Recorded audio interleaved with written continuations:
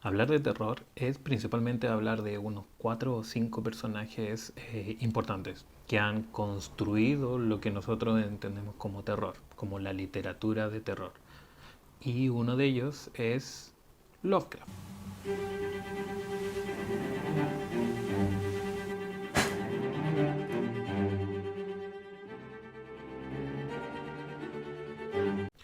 Lovecraft nace a finales del siglo XIX en una familia aristocrática venida a menos. Y esto le va a acarrear muchos problemas y también le va a acarrear este racismo del cual se le cataloga, que sí, era racista, pero ese es otro tema. De muy temprano pierde a su padre en un manicomio. Muere en un manicomio el papá, vuelto completamente loco. Luego pierde a su abuelo, que era la imagen paterna que tenía en esos momentos y el cual le ayudó a descubrir la literatura. Y luego pierde a su madre.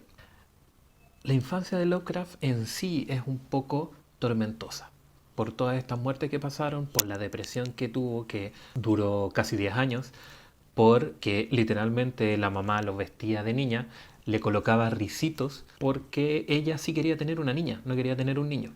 E incluso llegó a decir que él era feo. Se lo decía directamente, que era un niño feo. Además a esto le sumamos que la familia era, como ya dije, una aristocracia venida menos, que lo único que tenía era su sangre azul, podríamos decirle, de de aristocracia. Porque ya casi no tenía, luego de la muerte del abuelo, sus finanzas bajaron hasta el final de su vida, que incluso hay cartas, que Lovecraft escribió muchas cartas, hay cartas que decía él mismo que desde siempre tuvo que buscar las ofertas para poder alimentarse. Había días en que comía simplemente una lata de en conserva, porque al final, le guste o no, a Lovecraft, él fue un caballero. Y como caballero decía que principalmente la literatura debía hacerse por placer. El problema de esta literatura por placer es que no les daba a él mucho dinero. Luego entonces de la muerte de su madre y de sobrepasar esta etapa de depresión, unos amigos suyos que eran parte de lo que se denominaba en esa época periodistas amateur, Kraft los incentivaron a ir y vender sus novelas a la Weird Tale. ¿Ya? ¿Qué es la Weird Tale? Es simplemente una revista especializada en el terror. El terror tenemos que entenderlo en esta época como la clase B. ¿Qué quiere decir la clase B? Lo menos, lo no tan mainstream, lo no tan literario. De hecho, podría decirse ahora como literatura basura. ¿Qué pasó?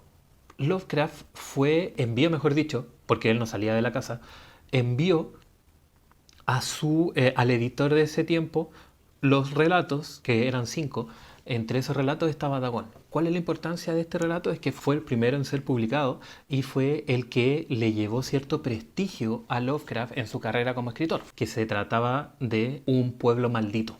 Un pueblo bueno, lo vamos a ver más adelante, que era un pueblo de pescadores malditos que también tiene una película buena. Entonces, luego de esto se hace muy conocido con una serie de relatos y aquí en una convención, podríamos decir, de periodistas amateur, conoce a la que sería su esposa, Sonia. Se van a vivir a Nueva York y Nueva York, esta ciudad cosmopolita, que todo pasa en Nueva York. Sonia decide colocar una tienda de sombreros, la cual fracasa, va a la quiebra. Así que tiene que buscar ciertas remuneraciones, buscar trabajo. Lovecraft también en esa época busca trabajo, pero, y aquí es el punto de quiebre en el cual se acentúa el racismo de Lovecraft, que es un tema para más adelante, porque no encuentra trabajo. De hecho, Sonia, la esposa, todavía era esposa, tiene que irse a otro estado y le va mandando periódicamente dinero a Lovecraft para que pueda sustentarlo. Mientras tanto, él sigue buscando trabajo, pero no encuentra y se da cuenta de que los inmigrantes sí encuentran y él se cuestiona a sí mismo. El problema ahí es que lo cuestiona de mala manera. De hecho, hay cartas que son muy explícitas. Cuento corto, Lovecraft se va de Nueva York a Providence, vuelve a Providence y comienza su etapa más fructífera. en el ámbito literario.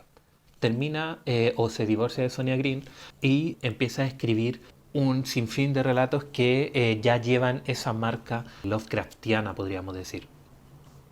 Luego de haber publicado y luego de haber formado lo que se conoce como el círculo de Lovecraft, ya que son los fans de Lovecraft que querían ir ampliando este universo, se hace un nombre, se hace reconocido.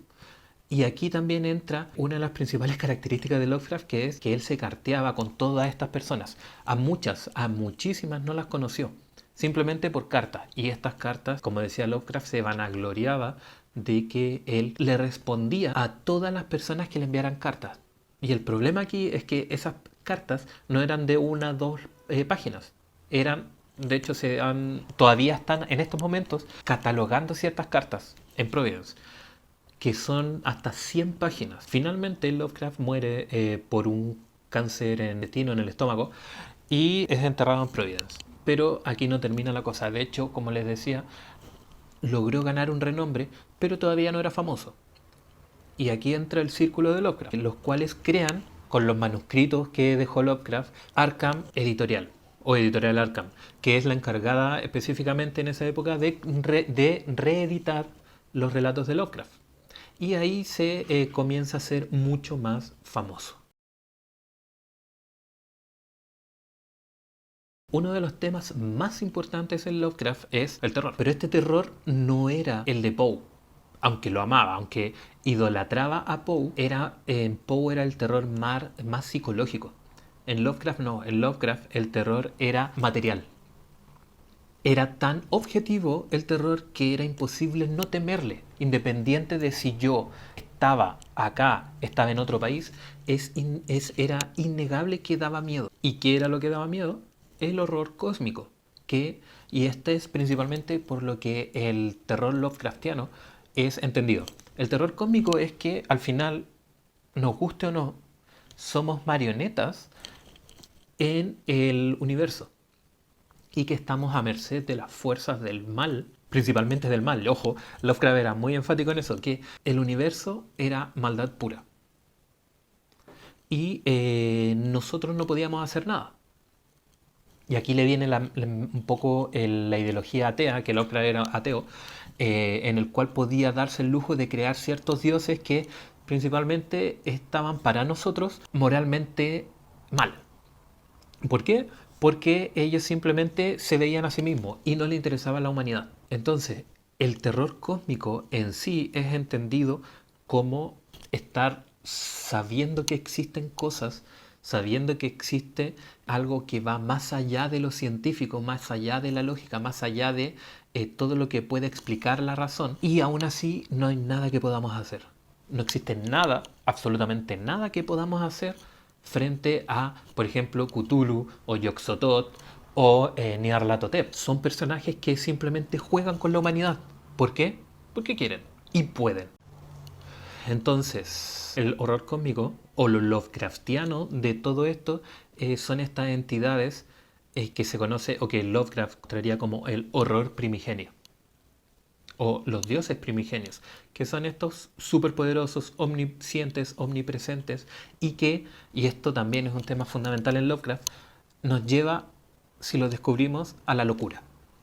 ¿Por qué? Porque no estamos preparados, nuestro cerebro no está preparado. Es innombrable, es inefable. ¿Y qué viene a ser lo inefable? Lo que no puede ser explicado. Y cuando algo no puede ser explicado, el ser humano tiene miedo. El ser humano sabe que existe algo, pero al no ser explicado, le aterra. Porque cuando las palabras fallan, la realidad misma falla. Y si yo no puedo nombrar algo, yo no puedo describirlo, y ahí también entra por qué Lovecraft ocupaba tantos adjetivos, lo innombrable, lo que no puede ser reconocido, lo que no puede ser nombrado, entonces esa realidad no me sirve y tengo que cuestionármela. El problema aquí es que no tengo tiempo para cuestionármela porque me van a matar. Y eso particularmente es el horror cósmico de Lovecraft. Cuando hablamos de personajes en Lovecraft, estoy principalmente hablando de seres humanos, de sus héroes. Los héroes de Lovecraft, salvo dos excepciones, una Randall Carter y la otra era, no sé si puede llamarlo héroe, pero era Charles Dexter Ward, no sirven. ¿A qué me refiero con que no sirven? A que simplemente están están enfrentando un poder tal que no es posible su salvación. Los protagonistas de Lovecraft están ahí para o volverse locos o morir, o decepcionarse de la vida, saber que el miedo es lo único que existe. Es por eso que los personajes de Lovecraft los vemos no tan evolucionados como nos gustaría, como la gran mayoría de los personajes de la actualidad, sino que ellos, y esto es algo que Lovecraft lo hace y se explica en alguna de sus cartas, Lovecraft quita todos los restos de humanidad, todos los sentimentalismos, y solamente le deja una única cosa, el miedo. Bueno, y obviamente la inteligencia, porque la gran mayoría de ellos son personajes inteligentes, son personajes que superan incluso la inteligencia. Entonces, los personajes en sí, humanos, simplemente están enfrentándose a lo desconocido, enfrentándose a lo inefable, a lo que no puede ser nombrado, a lo que no puede ser descrito, y al vivir así, están viviendo constantemente en una forma, un miedo que está, que existe, que no hay posibilidad de que no exista. No es, ah, no, pero yo escuché un ruido y me imagino que es un fantasma. No, aquí te está diciendo Lovecraft a través de sus personajes, estoy frente a una ventana, me alcancé justo a escapar, estoy escribiendo acá mi última voluntad y los escucho, ya vienen. Entonces, eso son los personajes de Lovecraft. Están destinados a morir porque simplemente son juguetes. Son juguetes para que avance la trama de la historia, de estos dioses, de este horror cósmico. Se ve en gran mayoría de los relatos de Lovecraft estos personajes que están ahí simplemente por estar, para mostrar que existe algo que no puede ser explicado y que nosotros, cuando lo sepamos o cuando intentemos explicarlo, vamos a morir.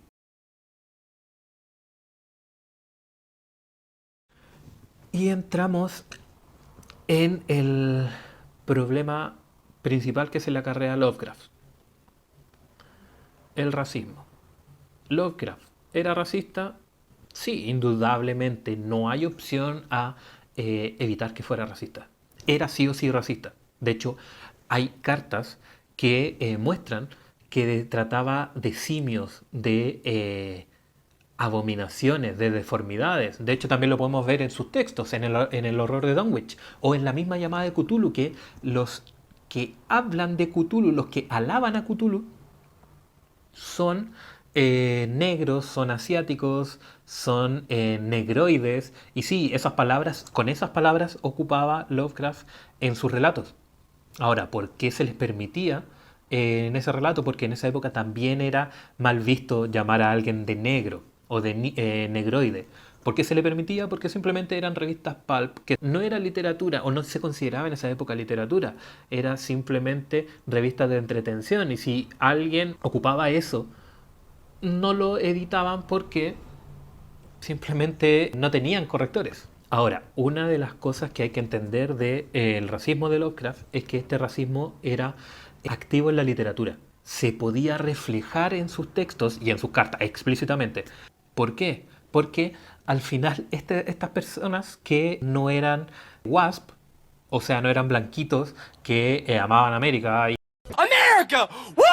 Eran los que recibían al final el fruto de su adoración. Ellos alababan a Cthulhu y Cthulhu les daba riqueza, o les daba a un precio enorme, pero les daba cosas materiales.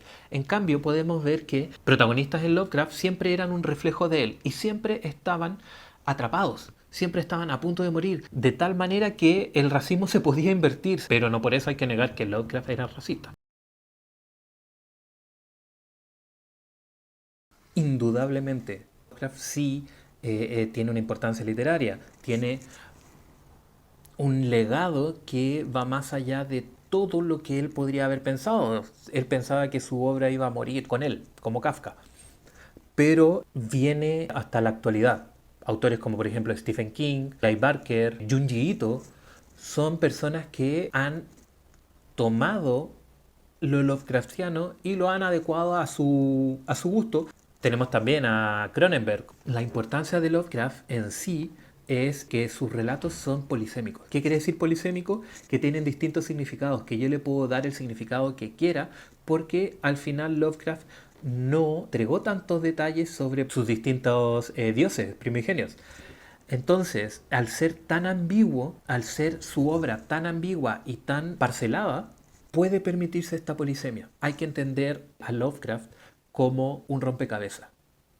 El problema aquí es que Lovecraft no te entregó el rompecabezas entero, sino que te entregó una pieza o dos piezas y están alejadas entre sí.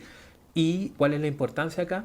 Que sus sucesores son los encargados de rellenar estos huecos. Al tener tantos sentidos, tantos significados, tantas aristas que no se pulieron, llega a ser una buena fuente de literatura o una buena fuente de ideas. Y con esto, es decir que su mitología, a diferencia, por ejemplo, de la de Tolkien o la de, bueno, la mitología griega, romana o las mitologías en sí, la mitología de Lovecraft no tiene un orden específico. La importancia entonces literaria de Lovecraft es que creó un cúmulo de mitología que es rica en imaginación, que se puede imaginar y se pueden crear relatos hasta el día de hoy. Entonces, por acá está apareciendo la bibliografía y esto estaba pensando en hacer una serie de videos, no sé si tres o cuatro, que hablan del terror, porque obviamente estamos en octubre.